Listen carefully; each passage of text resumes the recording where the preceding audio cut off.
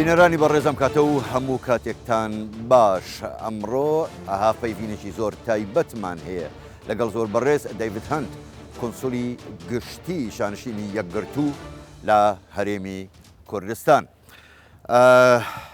Your Excellency, thank you very, very much, and it's an honor for us and for our TV, Kurdistan 24, to have this interview with you. And I'd like to say welcome to Kurdistan and wish you the best and success in your position as a Council of United Kingdom. Right, Your Excellency, the Kurd considers themselves as a close ally of the UK. How do you see the last visit of the KRI president to London? What is the position of the Kurds in the long-term strategy of the UK foreign policy? Well, thank you. And can I just say from the outset what a pleasure it is to be here. I'm really delighted to be in the KRI. And for me, I've just received the warmest welcome I've ever had as a diplomat. And so I'm very grateful. And it's good to be here today talking to you. The President's visit to the UK was really successful. It was a fantastic visit. He got to see the Prime Minister, the Foreign Secretary, the Defence Secretary, amongst others, the new Secretary of State for Education, Mr. Zahawi, who is, of course, has a background and comes from this region. It was our primary objective to reassure our friends in this region that we are your committed partner and friend for the long term. It's a historical relationship, a very close relationship, and we are here for that. All right, thank you. Right, in the 30th anniversary of Security Council resolution to create a safe haven for the Kurdish people of Kurdistan, His Excellency Masroor Barzani, KRI Prime Minister, said that the UK is a valuable and a historical friend of Kurdistan. Yes. And they look forward to expand that mutual relationship. Yeah. How do you see that statement? I think it's a very positive statement, and I have to say, as Consul General here, I have such a high level of ambition for what we can achieve together. We can expand this relationship by creating a better trading environment, bringing more UK businesses to export here, and more businesses from the KRI to export to the UK. We've got strong cultural and societal links that we can build and will hopefully flourish during my time here. The Kurdish diaspora in the UK is extremely successful. I want to tap into all of that potential and try and release it so we can grow the relationship. Thank you so much, Your Excellency. That was one of my questions. You answered it as well. But, the UK has been a fundamental member of the international coalition against the ISIS. My question is, how do you evaluate the continuing role, especially of the UK, in training, supporting reconstruction and equipping Peshmerga forces? Well, I'm very glad you asked that question. Just yesterday, I was chairing a meeting of 4 nations, the Multinational Advisory Group, who are helping Peshmerga forces to reform and to unify. And we see that as an essential objective, and I know it's a shared objective, so that your brave and courageous fighting forces can contribute to greater stability in Iraq. And so we're doing a huge amount. I have a defence team at my consulate that are helping advise the Peshmerga in many different ways. Your Excellency, Kurdistan region has a strong record for peaceful coexistence between different religions and also ethnic groups. How do you evaluate that? I just think it's extremely important for any vibrant and prosperous society to exist and evolve if coexistence is the sort of key principle by which we live with each other. It's clear you are a multicultural society, lots of different religions and faiths within the country, and that is a great thing, and that should be protected and nurtured and cherished. And I know that the KRG, your government, are undertaking steps to ensure that happens. We are working with you. We're investing in projects, multi-million-pound projects, to continue to ensure that there is freedom of religion and belief across the wider Iraq. But there's a lot within the KRI which is hugely positive, and we should look to it and learn from it. Which, unfortunately, we don't see that in the rest of Iraq, unfortunately. Okay, well, my honest view is that, the future of Iraq, it's an important moment. The election's coming up. If you can build a wider, more prosperous society, and the elections will be a key moment in that. So I encourage everyone from the KRI to participate in those elections. Then Iraq can move forward and build a greater tolerance and coexistence within its society. The KRI has a huge role to play in that. And so, we will look to you as a close partner so that we can work together to improve, that tolerance and that coexistence within the wider Iraq.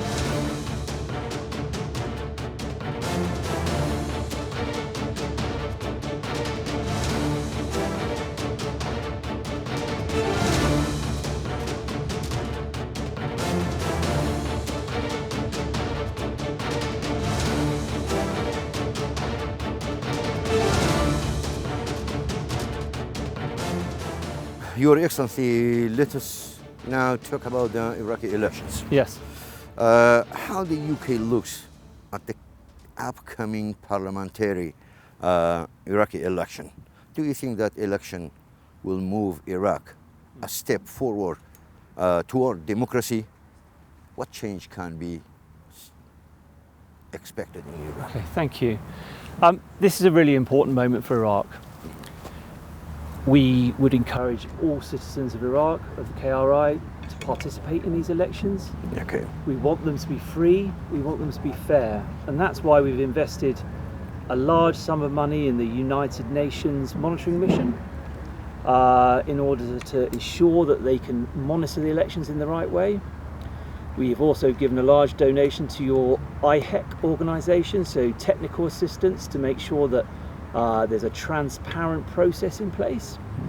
And we look and we very much hope that they will be free and fair, transparent elections, and we would ask for all that participate to not in any way undermine them through acts of violence or other acts that could sabotage what is a really important moment for Iraq.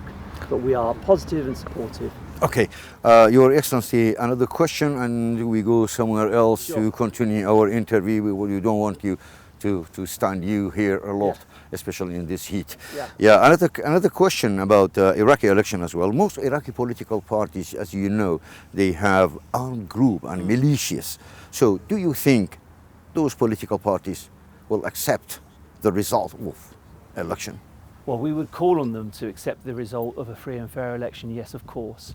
And it's very clear that there should be an atmosphere and an ability for people to vote in a way they wish to. So any acts of violence we utterly condemn, and we very much hope that the Iraqi security forces and other forces can protect the electorate so they can vote according to their wishes. Okay, Your Excellency, as you know, Iraqi security situation still is very fragile.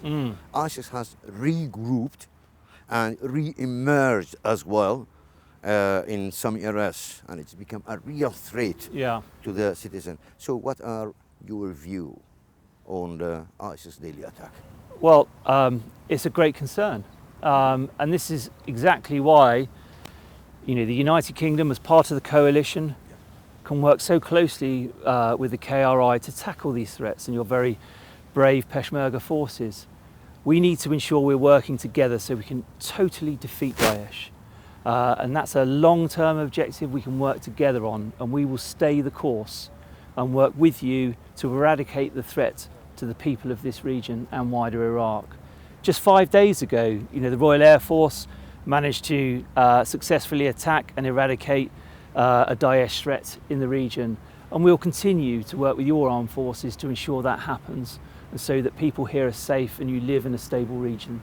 Okay, Your Excellency, what about the cooperation between Peshmerga and the Iraqi military forces, especially in the disputed area? Yeah. Can UK play a role in that? Well, look, we are very clear that the security cooperation between Baghdad and Erbil is absolutely critical in these disputed areas. So the formation of joint brigades is really important to tackle directly that security threat. Now, I know that joint operation centres have all been set up. The quicker we can get the joint operational brigades, the joint brigades between, the KRI and wider Iraq put together to tackle that threat, the better. And if we can advise and support, of course we will. Okay, Your Excellency, another question about the future of Iraq. You know that in Iraq there are historical sectarian conflict between the different type of people in Iraq, religious or ethnic groups. So clearly, what's your expectation about the future of Iraq? Look, my expectation about the future of Iraq is a positive one because, I've only been here 3 weeks, but what I've seen, are resilient people that can coexist together. The election is a really important moment in the democratic process. It will help in turn to build a more prosperous and stable society. And within a prosperous and stable society, people of different religious backgrounds can flourish and prosper together and alongside each other. It's a process.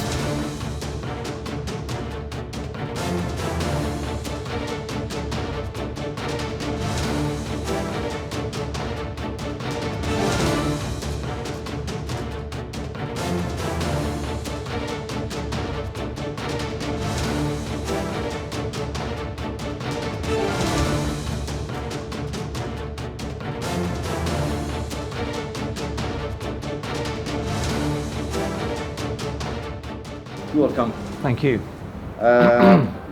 Before we go to social and cultural relationship questions, I want you to ask you another question about the coalition forces in Kurdistan.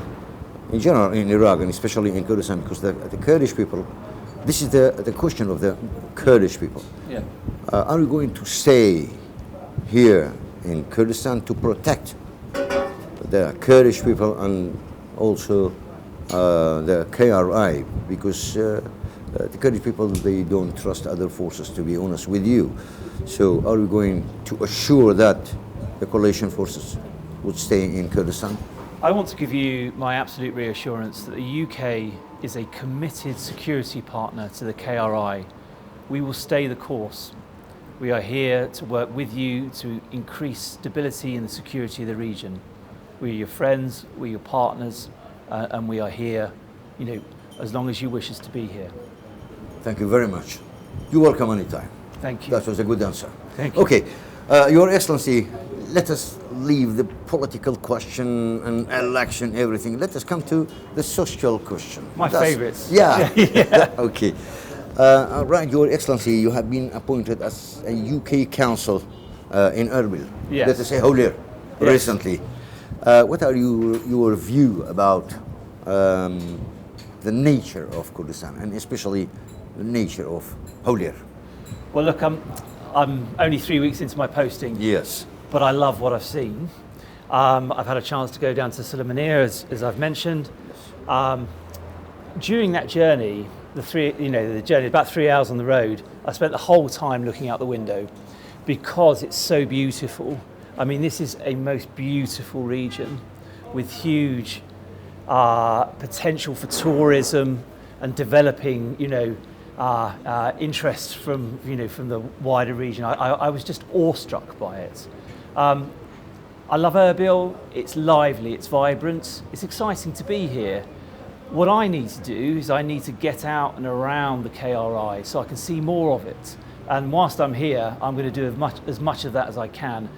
I really want to get under the skin and understand this place. And so the only way to do that is to get out and see it firsthand. Your Excellency, I don't know for how long you stay in Erbil, but as long as I can. Okay. My question is, I'm going to try to learn Kurdish, even it's not an excellent Kurdish, maybe a bit. I have already had lessons.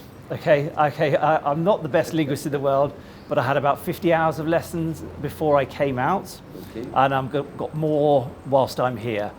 So you're going to have to trust me on this. Next time we meet, I will say more in Kurdish to you, fantastic. and then hopefully I'll show you what the progress I've made. But it's a beautiful language, and actually it's a very logical language in terms of its grammar, so there's no reason why I can't learn it. So wish me luck. All right, of course, of course. So we are going to, if we interview you next time, we will do it in Kurdish. I hope so. Okay, welcome. Okay, Your Excellency, let us talk about the women. You know, the Kurdish women play a huge role in KRI terms. Yeah. Political participation, NGOs, private sectors, companies. My question is to compare the women rule in Kurdistan with the women in Iraq. What's your opinion? Well, look, I think it's wonderful that there is a strong gender balance within the KRI in terms of senior positions. It's really important for society to have a good level of diversity and gender balance within organisations. You know, there are many case studies showing that, for example, the boards of companies, if they have a better gender balance, they tend to make better decisions, more informed decisions. And you know, diversity creates so much, you know, in terms of the positivity and the way that we work together in any organisation. It enriches organisations. That's the phrase I'm searching for. So it's a very positive thing, you know. And you know, you set a good example here. I hope we're setting a good example in the UK. There's still plenty more we can do together, and you know, let's continue to work on it. We're doing a lot of work across Iraq in terms of funding programs on justice, peace and security, and women's roles within those constructs to ensure that there's an equal place and an equal voice for women. And so we're very committed to it. You know, we're looking forward to working with you to advance that cause. Okay, fantastic. Right. What do you love about the Kurdish culture and heritage? Here I mean Kurdish clothes. Okay, Kurdish clothes. We have a different type of clothes for men and women. Which one, in your opinion, more beautiful and attractive, women or men? Okay, I'm a diplomat. Okay, so I'm not going to give you a straight answer to this. What I do think is that the clothing is really striking, and I know that every day, you know, I see people in traditional clothing, and I just think, wow, that looks like, you know, A, comfortable in this climate, and B, quite beautiful. At the Consulate General, we have a sort of a day where we dress in Kurdish clothes, and I'm having that made up for me. So, you know, I will send you the photographs when I'm in there, and I'll give you a more informed view. Okay, thank you. Okay, Your Excellency, let us come to the tasting of traditional Kurdish food. Which type of Kurdish food do you like?